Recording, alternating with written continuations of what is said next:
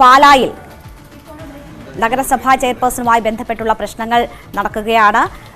ബിനു പുളിക്കക്കണ്ടത്തെ മാറ്റാനുള്ള നടപടികൾ കേരള കോൺഗ്രസ് എമ്മിന്റെ ഭാഗത്തു നിന്നും ഉണ്ടാകുന്നു എന്ന് വേണം മനസ്സിലാക്കാൻ.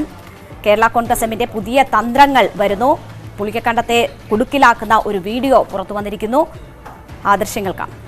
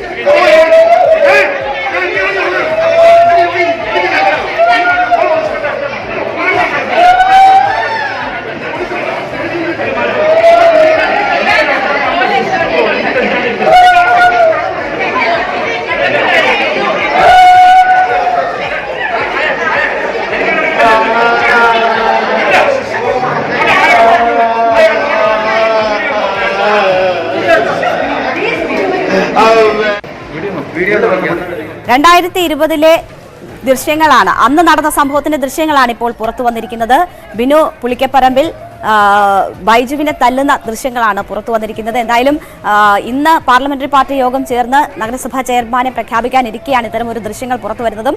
ജി ശ്രീജിത്ത് ഉണ്ട് വാർത്തയുടെ വിശദാംശങ്ങളുമായി. ശ്രീജിത്ത്, ഇത് സ്വാഭാവികമായ ഏതെങ്കിലും തരത്തിൽ പുറത്തു വന്ന വിഷ്വലുകളല്ല. പഴയ 2020 ഈ ദൃശ്യങ്ങൾ ഇപ്പോൾ പുറത്തു വരണമെങ്കിൽ അതിന് പിന്നിൽ കൃത്യമായ അജണ്ടകൾ ഉണ്ട് എന്ന് തന്നെ മനസ്സിലാക്കേണ്ടേ. ചെയർപേഴ്സണെ സംബന്ധിച്ച് ഇന്ന് തീരുമാനം വരാനിരിക്കെ ഇങ്ങനെ ഒരു ദൃശ്യങ്ങൾ വരുന്നു. പിന്നിൽ ആരാണ് എന്ന് സംശയിക്കണം. ഇന്ന് തന്നെ ചെയർപേഴ്സന്റെ കാര്യത്തിൽ തീരുമാനം ഉണ്ടാകുമെന്നാണോ പ്രതീക്ഷിക്കുന്നത്?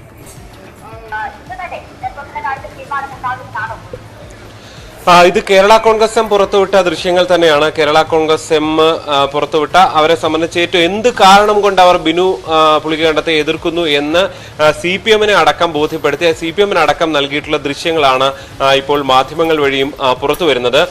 ഇതിൽ ഒറ്റ ദൃശ്യമാണ് ഏറ്റവും പ്രധാനപ്പെട്ടത്. ബിനു പുളിക്കക്കണ്ടം ബൈജു കൊല്ലംപറമ്പിലിനെ തല്ലുന്നുണ്ട്. അത് ഈ ദൃശ്യങ്ങളിൽ കാണാം. പക്ഷെ നമ്മൾ എടുത്തു പറയേണ്ടത് 2020 മാർച്ചിൽ നടന്ന സംഘർഷത്തിന്റെ കൂടുതൽ ദൃശ്യങ്ങളെല്ലാം അന്ന് പുറത്തു വന്നതാണ്. പക്ഷെ ഇതിന്റെ പ്രാധാന്യം ഇതിൽ ബിനു തല്ലുന്നുണ്ട് എന്നുള്ളതാണ്. ഇങ്ങനെ തല്ലുന്ന ദൃശ്യം ഇന്ന് തന്നെ പുറത്തുവിട്ട് ബിനുവിന്റെ ഏറ്റവും ഒടുവിലത്തെ സാധ്യത കൂടി അടപ്പിക്കുക എന്ന ലക്ഷ്യം തന്നെയാണ് കേരള കോൺഗ്രസ് എം ലക്ഷ്യം വെക്കുന്നത്.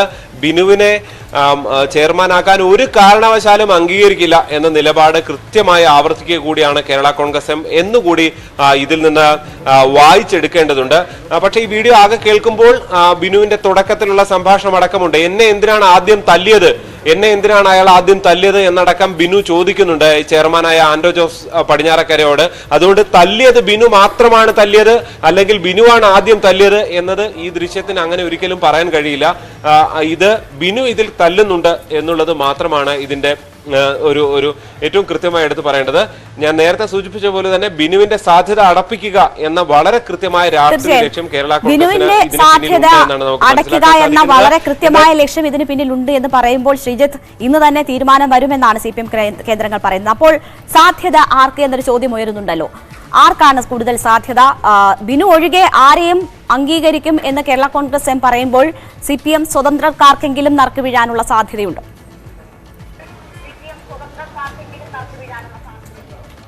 CPM സ്വതന്ത്രരായി കഴിഞ്ഞ കുറെ കാലമായി കേരള കോൺഗ്രസ് എം തന്നെ ഉയർത്തിക്കാട്ടുന്നത് സിജി പ്രസാദിനെയാണ്, വനിതയാണ്. സിജി പ്രസാദിനെ ഉയർത്തിക്കാട്ടിക്കൊണ്ട് സിജി പ്രസാദ് കേരള കോൺഗ്രസ് എമ്മുമായിട്ട് കൂടി അടുത്തു നിൽക്കുന്ന ആളാണ്. അങ്ങനെ അവരെ മുന്നിൽ വെച്ചുകൊണ്ട് ഭരണത്തിൽ പിന്നിൽ നിന്നും തങ്ങൾക്ക് തന്നെ ഭരിക്കാം എന്നുള്ള ഒരു തന്ത്രം കൂടി കേരള കോൺഗ്രസ് എമ്മിനെ സംബന്ധിച്ച് പാലയിലുണ്ട് എന്ന കാര്യത്തിൽ യാതൊരു സംശയവുമില്ല. ബിനു പുളിക്കക്കണ്ടം എത്തിയാൽ ഭരണത്തിലടക്കം അവർക്ക് ബുദ്ധിമുട്ടുകൾ ഉണ്ടാവും. ബിനു സ്വന്തം നിലയിൽ പല കാര്യങ്ങളും തീരുമാനിക്കുകയും അധികാരം ഉപയോഗിക്കുകയും ചെയ്യുന്ന സാഹചര്യം ഉണ്ടാകും. പക്ഷേ സിജി പ്രസാദ് അങ്ങനെ എത്തിക്കഴിഞ്ഞാൽ ഒരു പിൻസീറ്റ് ഡ്രൈവിംഗ് സാധ്യമാണ് എന്നും കേരള കോൺഗ്രസ് വിലയിരുത്തുന്നു. മാത്രമല്ല തങ്ങളുടെ ഏറ്റവും വലിയ ശത്രുവിനെ ഒഴിവാക്കാൻ കഴിയുന്നു എന്ന ആശ്വാസവും കേരള കോൺഗ്രസ് എമ്മിനുണ്ട്. എന്തായാലും പാല കേരള കോൺഗ്രസ് എമ്മിന്റെ തട്ടകമാണ്. അവിടെ അധികാരം വിട്ടൊരു കളിക്ക്, അവിടുത്തെ നഗരസഭയിലടക്കം അധികാരം വിട്ടൊരു കളിക്ക് തങ്ങൾ തയ്യാറല്ല. അത് കേവലം അധികാരം വിടുന്നതിന്റെ മാത്രം പ്രശ്നമല്ല, തങ്ങളുടെ അംഗത്തെ തല്ലിയ ആളിനെ ഒരു കാരണവശാലും അനുവദിക്കില്ല എന്നുള്ളതാണ്. എന്തായാലും ബൈജു കൊല്ലംപറമ്പിൽ ആകില്ല എന്നുള്ള സൂചനകൾ തന്നെ CPM കേന്ദ്രങ്ങളിൽ നിന്ന് പുറത്തു വരുന്നുണ്ട്. ബൈജു കൊല്ലംപറമ്പിലിനെ ആകില്ല. അത് കഴിഞ്ഞ ദിവസം CPM ജില്ലാ സെക്രട്ടറി തന്നെ നടത്തിയ മാധ്യമങ്ങൾക്ക് കേരള കോൺഗ്രസ് എമ്മിന്റെ സമ്മർദ്ദത്തിന് CPM വഴങ്ങുന്നു എന്ന് വേണം നമ്മൾ മനസ്സിലാക്കാൻ. അവർക്ക് കൂടി സ്വീകാര്യനായ ഒരു പുതിയ സ്ഥാനാർത്ഥിയെ തെരഞ്ഞെടുക്കാൻ CPM തീരുമാനിക്കുന്നു. അതിലേക്ക് കാര്യങ്ങൾ നീങ്ങുന്നു.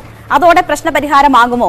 ഇപ്പോൾ ഇടതുമുന്നണിക്കുള്ളിൽ ഉടലെടുത്തിരിക്കുന്ന ഈ അസ്വാരസ്യങ്ങൾ അത് ഏതെങ്കിലും തരത്തിൽ തുടരാനുള്ള ഒരു സാധ്യത, അത് പ്രാദേശികമായെങ്കിലും അത്തരമൊരു അസ്വാരസ്യം തുടരും എന്ന സാഹചര്യമാണോ, അതോ ഇതോടുകൂടി പ്രശ്നങ്ങൾ പറഞ്ഞു തീർക്കാൻ കഴിയുമോ മുന്നണിക്ക്?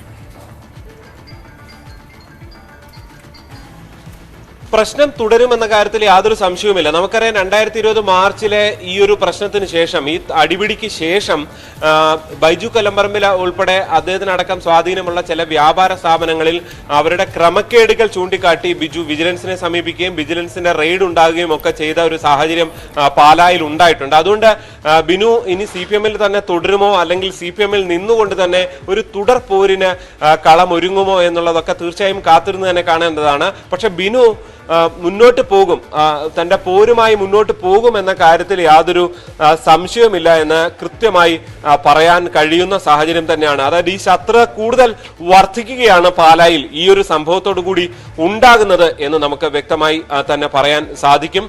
എന്തായാലും എന്തൊക്കെയാണ് തന്ത്രങ്ങൾ, അത് വരും ദിവസങ്ങളിൽ മാത്രമേ നമുക്ക് അറിയാൻ സാധിക്കുകയുള്ളൂ. അത് ഒരുപക്ഷെ പ്രത്യക്ഷത്തിൽ അത് കാണുന്ന സാഹചര്യം പോലും ഉണ്ടായേക്കാം. ഒരുപക്ഷെ ബിനുവിന് അനുകൂലമായി ചില CPM അംഗങ്ങളെങ്കിലും, അല്ലെങ്കിൽ ബിനുവിന് പ്രാദേശികമായ പല അടിത്തറയുള്ള ആളാണ്. പ്രത്യേകിച്ച് ഏത് പാർട്ടിയിൽ നിന്നാലും സ്വന്തം വാർഡിലടക്കം ജയിക്കും. BJP ആയി ജയിച്ചിട്ടുണ്ട്, UDF-ൽ നിന്ന് വിജയം ഉള്ള ആളാണ്. അങ്ങനെ എവിടെ നിന്നാലും ജയിക്കുന്ന, അങ്ങനെ ജനങ്ങളുമായി കുറച്ച് അടുപ്പമുള്ള ആളാണ്, ബന്ധമുള്ള ആളാണ്, വോട്ട് അടിസ്ഥാനമുള്ള ആളാണ് ബിനു പുളിക്കകണ്ടം. അതുകൊണ്ട് തന്നെ ആ ആളുകൾ ആരെങ്കിലും പ്രതിഷേധം CPM-നെതിരെ ഉണ്ടാകാനുള്ള സാധ്യതയുണ്ട്. അങ്ങനെ ഒരു പരസ്യ പ്രതിഷേധത്തിലേക്ക് പോലും കാര്യങ്ങൾ എത്തിയാൽ അത്ഭുതപ്പെടാനില്ല. രേണുക. ശരി, ജി ശ്രീജിത്താണ് വിവരങ്ങൾ നൽകിയത്. എന്തായാലും ഇന്ന് ചെയർമാൻ നഗരസഭാ ചെയർമാൻ ആരാണെന്ന് അറിയാം. പക്ഷേ ഒരു സമവായ സ്ഥാനാർത്ഥി ഉണ്ടായാൽ പോലും പ്രശ്നങ്ങൾ അവസാനിക്കില്ല, പ്രശ്നങ്ങൾ അവിടെ തുടരും എന്ന സൂചനകളാണ് ശ്രീജിത്ത് നൽകുന്നത്. എന്തായാലും ബിനു പുളിക്കക്കണ്ടത്തിന്റെ അവസാന സാധ്യതയും ഇല്ലാതാക്കാൻ 2020-ലെ ദൃശ്യങ്ങളുടെ ബാക്കിയാണ് ഉപയോഗിച്ചിരിക്കുന്നത്. അതാണ് ഇന്ന് പുറത്തു വന്നിരിക്കുന്നത്. ആ ദൃശ്യങ്ങൾ ഒന്നുകൂടി കാണാം.